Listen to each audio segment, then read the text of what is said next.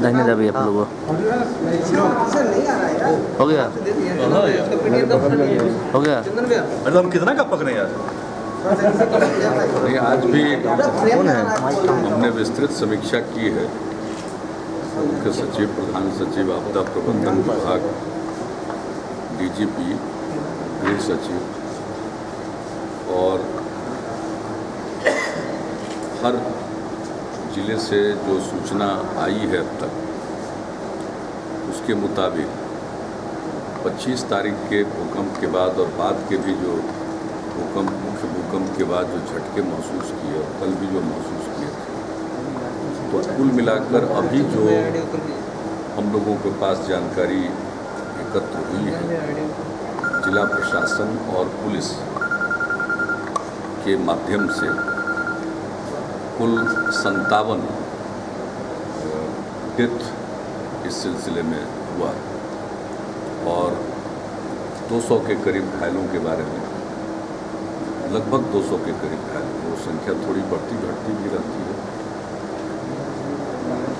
सब लोगों के लिए जो निर्देश दिए गए हैं उसके मुताबिक मृतक के परिजनों को जो अनुग्रह राशि है उसका भुगतान लगभग किया जा चुका है और जैसे ही सूचना मिलती है उसकी पुष्टि करने के बाद उन्हें भुगतान किया जा रहा है।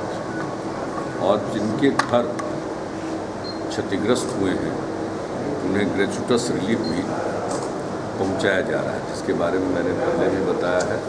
अनाज है और नगद भी है। यह जो क्षतिग्रस्त भवनों के पुनर्निर्माण के लिए सहायता दी जाएगी उसके अतिरिक्त, और आप सब जानते हैं कि हम लोगों ने सभी अपने मंत्रिमंडलीय सहयोगियों को अपने प्रभार के ज़िले में भेज दिया है और जो भी सचिव हैं जिलों के प्रभारी, वे भी ज़िले में कैंप करने लगे हैं और हर जगह की स्थिति को देखते हुए वहाँ जरूरी निर्णय ले रहे हैं। और इस भूकंप के पहले जो जिन इलाकों में, पूर्णिया और अन्य इलाकों में जो साइक्लोनिक स्टॉर्म चक्रवाती तूफान के कारण जो बर्बादी हुई है उसका भी आकलन कर रहे हैं और वहाँ भी जो भी सहायता देनी है उस सहायता को कई अनुश्रवण करेंगे और सुनिश्चित करेंगे सब लोग बैठकर। और उसके भी पहले मार्च महीने में और फरवरी महीने में जो ओलावृष्टि, अतिवृष्टि या फरवरी महीने में बहुत ठंड, तो इन सब चीज़ों के कारण फसलों को बर्बादी हुई है। तो वहाँ पर भी इनपुट सब्सिडी किसानों को देने के लिए राशि मुहैया कराई जा चुकी है। तो इन सब चीज़ों को व्यवस्थित करेंगे। और आप सबको मालूम है कि पूर्णिया में स्टॉर्म से भी, चक्रवाती तूफान से भी तबाही हुई, उसके पहले भी। तो इसी के मद्देनज़र वहाँ पर विशेष डीएम की भी प्रतिनियुक्ति कर दी गई है और सारे चीज़ों को, रिलीफ के सारे कामों को देख रहे हैं। इसके अलावा पूर्णिया में सीनियर एसपी को भी आज एक सीनियर एसपी के रूप में भी एक पुलिस पदाधिकारी को वहाँ तैनात कर दिया गया और संबद्ध मंत्री और सचिव जो प्रभारी हैं सब रह रहे हैं। और प्रत्येक जिले में जहाँ इस भूकंप का कोई ज़्यादा असर या वहाँ से किसी ज़्यादा इसके बारे में नुकसान की सूचना नहीं भी आई है, वहाँ भी हम लोगों ने कैंप करा दिया है ताकि जो इसको भी तो देख ही लेंगे पूरे तौर पर, एक एक गाँव का मुआयना करने के बाद, और जो फसल की क्षति हुई थी उसके संबंध में तो लगभग सभी जगहों पर उसका असर पड़ा है। तो ये सब राहत के कार्य मुस्तैदी के साथ और पूरी पारदर्शिता के साथ चलाए जा रहे हैं और आगे चलाए जाएंगे। आज हम लोगों ने यह भी समीक्षा की है कि जो भी हमारे भवन हैं, जो पक्के मकान हैं, बहुमंजिली इमारतें हैं, तो उसमें कहीं कोई दरार आई है तो पटना का जहाँ तक सवाल है, आप जानते हैं लोग सूचना दे रहे थे और हम लोगों को सूचना मिल रही थी। तो कल ही इंतजाम हम लोगों ने कर दिया था कि तत्काल इंजीनियर्स की टीम गठित कर दी हम लोगों ने, और जिस किसी भी भवन के बारे में कोई जानकारी मिली उसका वे मुआयना करके देख रहे थे। और जो भी भूकंप के कारण दरार आती है तो उसका 5 category G1, G2, G3, G4, G5। G1 और G2 में वो रहा जा सकता है, उसको सब समय पर उसका मरम्मत करा ले। G3 के बाद में था कि उसमें कुछ निकालना है सामान तो जा सकते हैं, लेकिन रहिए मत, कल की जो स्थिति थी। तो इस तरह से मकानों का मुआयना कराया जा रहा है और यह व्यवस्था प्रत्येक ज़िले में हो, क्योंकि बहुमंजिली इमारतें तो अब सब जगह बन रही हैं, तो इसलिए हम लोगों ने व्यवस्था कर दी। और आज ही जिलाधिकारियों को निर्देश दिया गया है कि जिलों में जो हमारे सिविल इंजीनियर्स हैं उनकी टीम बना दें और यहाँ आपदा प्रबंधन प्राधिकार की तरफ से, जहाँ उसके सदस्य हैं आप सब जानते हैं, डॉक्टर एस आर्या, जो इस विषय के देश के बहुत बड़े एक्सपर्ट माने जाते हैं, तो सीधे प्रशिक्षित कर रहे हैं। जैसे पटना में इंजीनियर्स की ब्रीफिंग उन्होंने खुद की और आज भी सुबह इंजीनियरों के साथ बैठक हुई और कल भी इसकी व्यवस्था की जा रही है कि पूरे बिहार में जो ज़िलों में हमारे इंजीनियर्स तैनात हैं जो इस काम में लगाए जाएंगे, तो उनका कल प्रशिक्षण भी करा दिया जाए, ताकि जब वो मकानों का मुआयना करें तो इसकी जो भूकंप के दृष्टिकोण से ग्रेडिंग है उस हिसाब से उसको देख लें और फिर क्या करना चाहिए इसका परामर्श भी दें, उसके मरम्मत के लिए क्या करना चाहिए ये भी उस सलाह देंगे। तो यह व्यवस्था भी आज हम लोगों ने की है और इसके संबंध में कोई सूचना जो पक्के बहुमंजिले इमारतों में रह रहे हैं, अगर उनको लगे कि इस भूकंप के कारण कहीं दरार आई है, तो उसकी सूचना जो हमारा इमरजेंसी रिस्पांस सेंटर है जो 24/7 काम कर रहा है, उसके नंबर पर भी वो लिखाकर सूचना दे सकते हैं और डीएम्स के कंट्रोल रूम में भी इसकी सूचना दे सकते हैं, ताकि उसके बारे में इंजीनियरों की टीम को भेजा जा सके और उसका निरीक्षण करा लिया जा सके। तो मैं सभी लोगों से अपील करूंगा कि यह काम अवश्य करा दें, क्योंकि भूकंप का खतरा जो ही टल जाता है तो लोग जो जिस ट्रॉमा से गुजरे हैं इसको भूलने लगते हैं।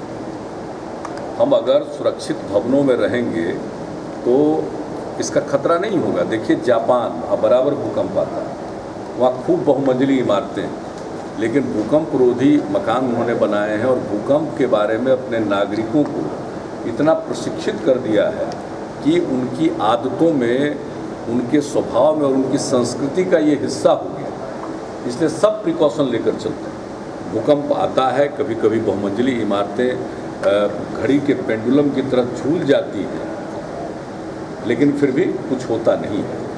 तो वैसी स्थिति में हमें तो उसी स्थिति को प्राप्त करना चाहिए, क्योंकि बिहार खास करके तो साइस्मिक जोन 5 और 4 में आता है। और मैं आज 9 वर्षों से यह बात बार बार लोगों को कह रहा हूँ कि जो मकान बने वो सुरक्षित बने, और इसलिए बिल्डिंग बाईलॉज भी बनाया गया और उसमें पटना को तो और साइस्मिक जोन 5 मान करके उसके मापदंड निर्धारित किए गए। तो इसका पालन करें। और अभी ज़रूरत इस बात की है कि जो वैज्ञानिक हैं भूकंप के बारे में जो समझ जियोलॉजी के जो वैज्ञानिक हैं, उनके मुताबिक मुख्य भूकंप जब आता है तो उसके 48 घंटे तक ज़्यादा खतरा बना रहता है। तो वो अब संभावना घटती चली जा रही है और झटकों के बारे में, लेकिन फिर भी हमें सचेत रहना चाहिए और आगे के लिए भी ये प्रिकॉशन लेना चाहिए। इसलिए इस भूकंप के दौरान जिन पक्के और बहुमंजिली इमारतों में दरार आई है वो अपने भवनों का निरीक्षण जो सरकार व्यवस्था कर रही है उसके द्वारा अवश्य करा लें और उसमें जो भी उपचार करना है वो उपचार अवश्य कराएं। यह हमारी अपील होगी सभी लोगों से जो इस प्रकार के भवनों में रह रहे हैं। तीसरी बात, नेपाल में हमारे लोग जो फंसे हुए उनको निकालने के लिए और नेपाल के लिए जो भी इस आपदा की घड़ी में हम सहायता अपनी तरफ से कर सकते हैं, उसके लिए सारा काम प्रारंभ हो गया है। और हम लोगों ने रक्सौल के रास्ते से बसें भेजी हैं पोखरा के लिए। वो पोखरा के लिए बस जा रही थी, उसके पहले एक स्थान कौन सा, मुंगलिंग, वहाँ पर भूस्खलन हो जाने के कारण कुछ देर ये बसों का आगे बढ़ना बाधित रहा है। लेकिन अभी हम लोगों को सूचना मिली है कि वो क्लियर कर दिया गया है, तो वो आगे पोखरा पहुंचेंगे और वहाँ जो स्ट्रैंडेड लोग हैं उनको लेकर आएंगे। रक्सौल में हम लोगों ने राहत शिविर बना दिया है और उसका इस्तेमाल कल रात में भी लोगों ने किया है, और उसमें जो हमारे बिहार के लोग या देश के किसी और हिस्से के लोग भी इस रास्ते से स्वदेश आना चाहते हैं उनके लिए तो व्यवस्था है ही। इसके अलावे नेपाल के भी कोई नागरिक उस सुविधा का लाभ उठाना चाहें तो उठा सकते हैं, उनका भी स्वागत है और उनके इलाज आदि के लिए भी व्यवस्था है। फिर रक्सौल से जहाँ भी उनको जाना होगा उसका अलग इंतजाम किया जाएगा। इसलिए पोखरा के लिए तो रवानगी हो चुकी है। अब काठमांडू के लिए भी हम लोगों ने 30 बसों का इंतजाम किया, उसको भी रक्सौल के रास्ते से भेजा जा रहा है। और भारत सरकार के साथ पूरे तौर पर समन्वय करके आज फिर कैबिनेट सेक्रेटरी ने वीडियो कॉन्फ्रेंसिंग के जरिए जो हमारे चीफ सेक्रेटरी से बातचीत की है, और इसके अलावे विदेश मंत्रालय के लोगों के साथ भी, गृह मंत्रालय के लोगों के साथ भी निरंतर संपर्क में हैं, और हमारे स्थानीय प्रशासन के लोग भी नेपाल के अंदर अपने सीमावर्ती इलाकों के काउंटर पार्ट के साथ संपर्क में हैं, और ये हम लोग कर रहे हैं। और फिर जो खाना रेडी टू ईट जिसको कहते हैं, चूड़ा वगैरह का इंतजाम करके पैकेजिंग करके उसको हम लोग भिजवा रहे हैं। और हम लोगों की कोशिश होगी कि प्रतिदिन हम 10,000 से 15,000 पैकेट की रवानगी कर सकें। और इसके साथ ही साथ जो हमारा इरिगेशन का वहाँ एक ऑफिस है काठमांडू, उनको भी निर्देश दिया गया है कि वो पूरा कोऑर्डिनेट करें नेपाल में अपनी एम्बेसी के साथ, वो कोऑर्डिनेट करें जो हमारी तरफ से भेजे जा रहे हैं। और उसमें हम लोग उस टेंट को भी भेजने की कोशिश कर रहे हैं, ताकि अगर बहुत सारे लोग, वहाँ एक ऑफिस है बिहार सरकार का जो इरिगेशन का, तो वहाँ अगर कोई मदद के लिए आए तो इसका भी हम लोग इंतजाम कर रहे हैं। तो हर प्रकार से डॉक्टरों की टीम भी मुस्तैद है, तैयार है, और भारत सरकार के साथ परामर्श करके वहाँ की बिजली के रिस्टोरेशन के लिए जो भी इंजीनियर्स और दूसरे टेक्निकल पर्सोनेल की ज़रूरत है वो भी हमारा पुट इन प्लेस है। हमारा तो पहले पूर्णिया में था, लेकिन उन लोगों ने कहा कि अब सब कुछ रक्सौल के रास्ते से होगा, तो रक्सौल में भी इंजीनियरों की टीम तैयार की जा रही है, और पूरा वो तैयार है कि जब भी लोग चाहेंगे हम लोगों के लोग उनकी सहायता के लिए, और भारत सरकार जो पावर ग्रिड के माध्यम से करेगी, उनको आवश्यकता पड़ने पर हमारा मतलब ह्यूमन रिसोर्स भी अवेलेबल है और वो मदद करेंगे। जैसा वो तकनीकी दृष्टिकोण से ज़रूरी समझेंगे, आवश्यक समझेंगे, वो करेंगे।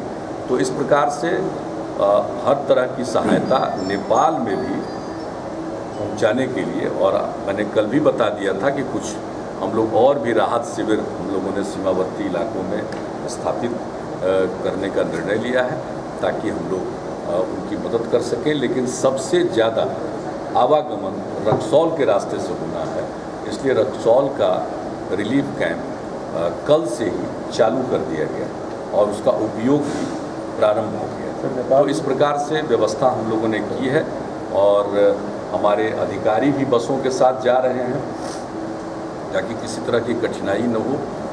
और राज्य सरकार की तरफ से परिवहन विभाग के भी प्रधान सचिव इस काम के लिए वहाँ विशेष तौर पर जिम्मेवारी दी गई है कि काठमांडू के लिए भी जो बसें भेजनी है, तो बसों को मोबिलाइज कर लिया गया है, 30 बसों को, उसको भी भेजा जाएगा। सर नेपाल में जो सर बिहार से लोग जो मरे हैं उनको भी सरकार मुआवजा देगी। बिहार के लोग जो नेपाल में भी मरे हैं उनके लिए भी हम लोगों ने सोचा है। और यही नहीं, एक आध उदाहरण आया है हम लोगों के समक्ष कि नेपाल के थे जिनकी रिश्तेदारी बिहार में थी, और बिहार में भूकंप के दौरान उनका परिवार प्रभावित हुआ, एक उदाहरण आया है, और वो काल कबलित हुए, उन्हें भी हम देंगे। तो ये सब कुछ हम लोगों ने तय किया है और उस हिसाब से दिशा निर्देश दिया गया है, और पूरी चीज़ों पर नज़र है। और यहाँ चीफ सेक्रेटरी और आपदा प्रबंधन के प्रधान सचिव सारे चीज़ों को देख रहे हैं।